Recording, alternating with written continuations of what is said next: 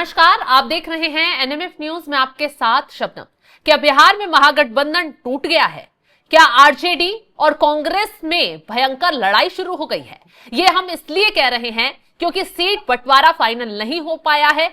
दूसरे फेज का नामांकन 2 दिन उसमें बचे हुए हैं और दूसरी तरफ आरजेडी और बाकी जो वाम दल हैं वो कांग्रेस जो सीटें मांग रही है वही प्रत्याशी भी घोषित कर दे रहे हैं। और नीतीश कुमार और कांग्रेस के जो प्रभारी हैं, कांग्रेस के जो वरिष्ठ नेता हैं, उनके बीच बिल्कुल बातचीत बंद हो गई है। तो ऐसे में सवाल ये उठ रहा है, क्या चुनाव से पहले महागठबंधन जो है वो पूरी तरह बिखर जाएगा? क्या राहुल तेजस्वी के रास्ते अलग हो जाएंगे? इसी पर चर्चा करेंगे और चर्चा के लिए हमारे साथ जुड़े हुए हैं वरिष्ठ पत्रकार पंकज प्रसून जी।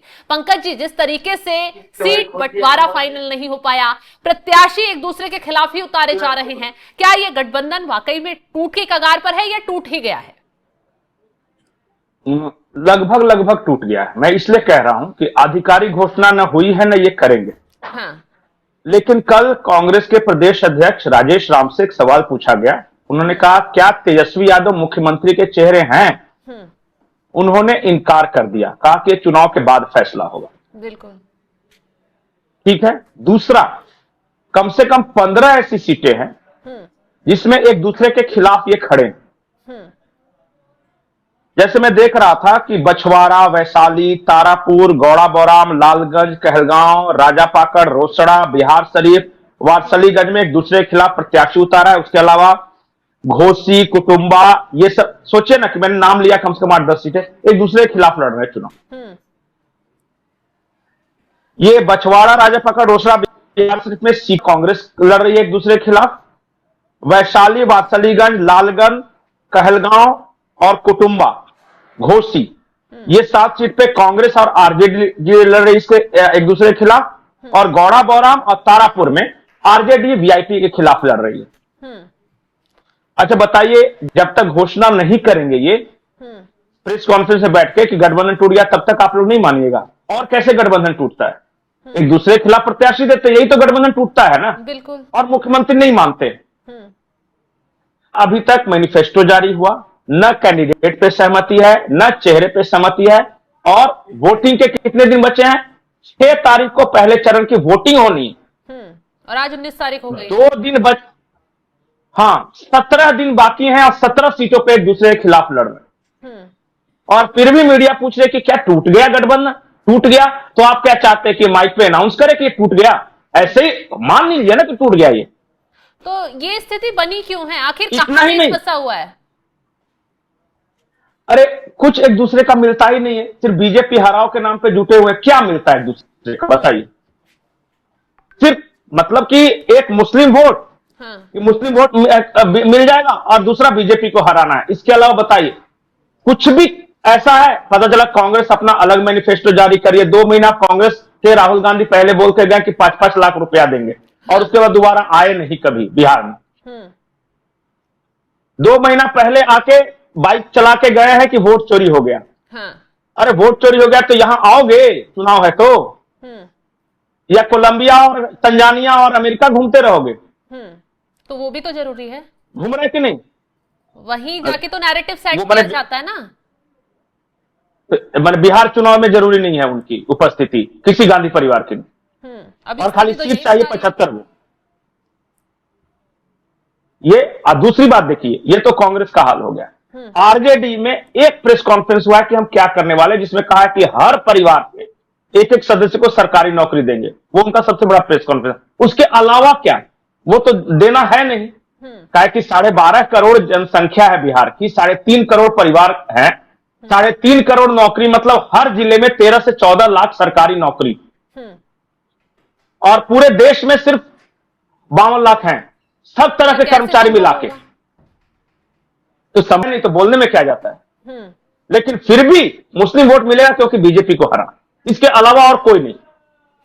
तो अब पंकज जी, जो स्थिति बन रही है वो बीजेपी के खिलाफ ये लोग महागठबंधन लड़ेगा या आपस में ही अब लड़ता नजर आएगा? एक दूसरे के खिलाफ ही लड़ेगा? लड़ रहे हैं आपस में ही अभी तक तो फिलहाल यही स्थिति है। और मैं अभी आधी बात तो रह गई, 2 और साथी हैं। एक है हेमंत सोरेन, उनको भी बिहार में चाहिए 6 सीट। एक भी नहीं दिया है, तो वो कह रहे कि अब 6 पे हम भी उतारेंगे, तो ये 15 6 21 और 4 पे उतारेंगे पशुपति पारस, तो 21 4 25, तो 25 सीट पे एक दूसरे के खिलाफ लड़ेंगे। और फिर भी कहते हैं कि महागठबंधन है। अब ये गठबंधन है कि लठबंधन है कि ठगबंधन है, क्या है? अब मैं दर्शकों पे छोड़ देता हूं इसे। बिल्कुल, ये बिहार के लिए ना नीति है, न नीयत है, न आपसी समझौता है, न चेहरे पे समझौता है, न कोई मैनिफेस्टो है क्या? कि मेरा जात इतना परसेंट, तेरा जात इतना परसेंट, फलाने का जात इतना परसेंट, आ जाओ मिल जाते हैं तो जात जात करके हम सरकार बना लें। और सरकार बना के कैसे चलाएंगे? कैसे चलाएंगे बताइए? ऐसे चलाएंगे जो स्थिति दिख रही है।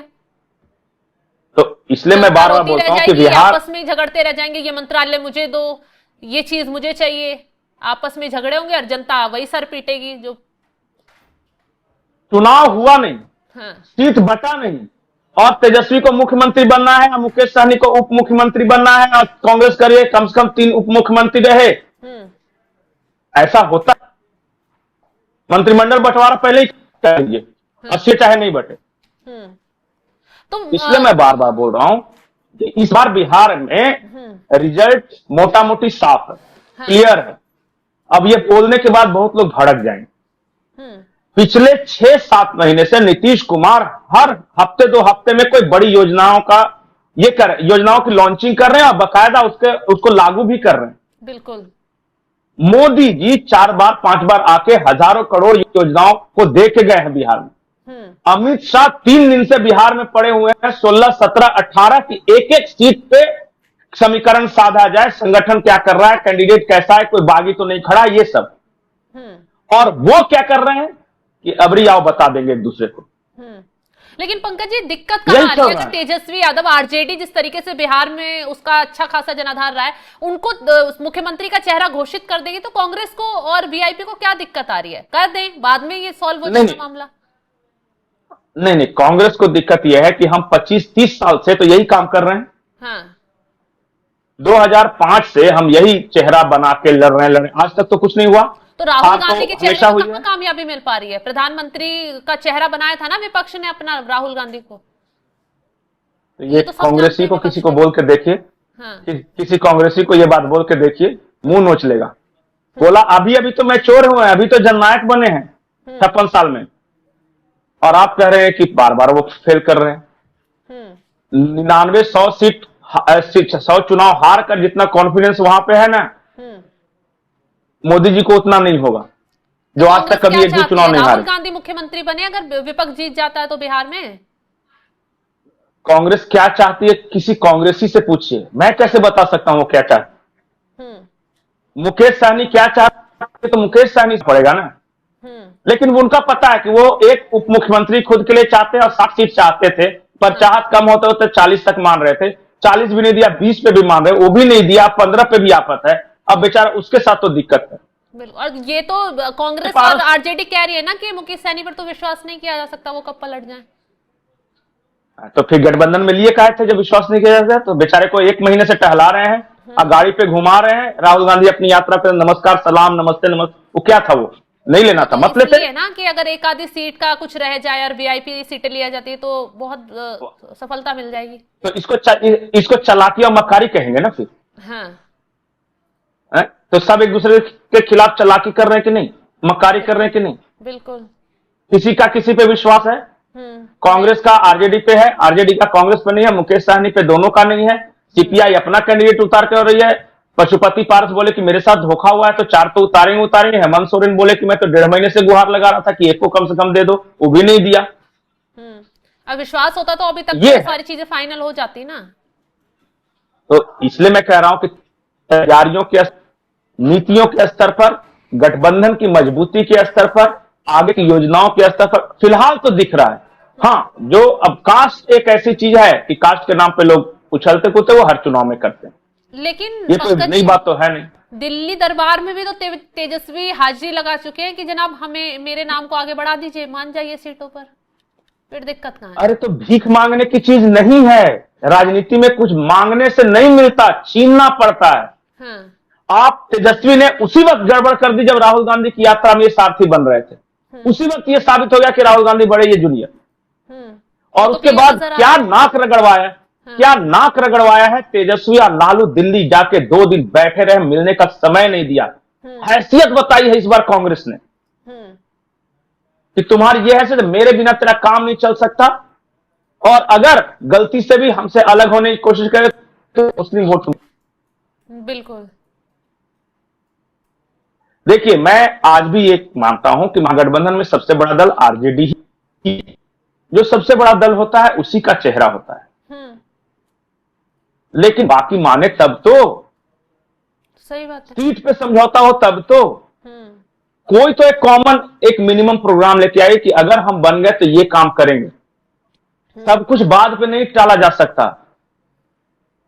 बिहार का इस बार चुनाव के पहले ही लगभग साफ है। अगर मैं बार बार ये बोलता हूं कि लोकतंत्र है, अचानक कुछ बड़ा नहीं हुआ तो, अचानक कुछ नहीं हुआ तो, नहीं तो नीतीश बाबू की छवि और बाकी महागठबंधन की छवि कोई भी समझ सकता है, कोई भी, एक बच्चा भी।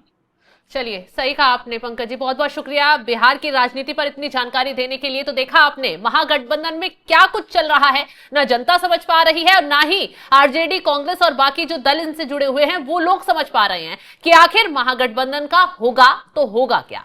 चुनाव अभी हुए नहीं है, उससे पहले रायता फैला जा रहा है। कौन मुख्यमंत्री बनेगा इसको लेकर बवाल हो रहा है। राहुल तेजस्वी के आगे झुकने के लिए तैयार नहीं है और तेजस्वी कांग्रेस की बातें मानने के लिए तैयार नहीं है, और वीआईपी अपनी मांगों को आगे बढ़ाकर और ज्यादा बखेड़ा खड़ा कर रही है। आखिर महागठबंधन का क्या होगा ये तो खैर अब चुनाव ही बता पाएंगे। और आप पर छोड़ जाते हैं, आप बताइएगा महागठबंधन की स्थिति को लेकर आप क्या सोचते हैं, आपकी राय क्या है, कमेंट बॉक्स में जरूर बताइएगा। तमाम बड़ी खबरों की अपडेट के लिए आप हमारे साथ जुड़े रहें। नमस्कार।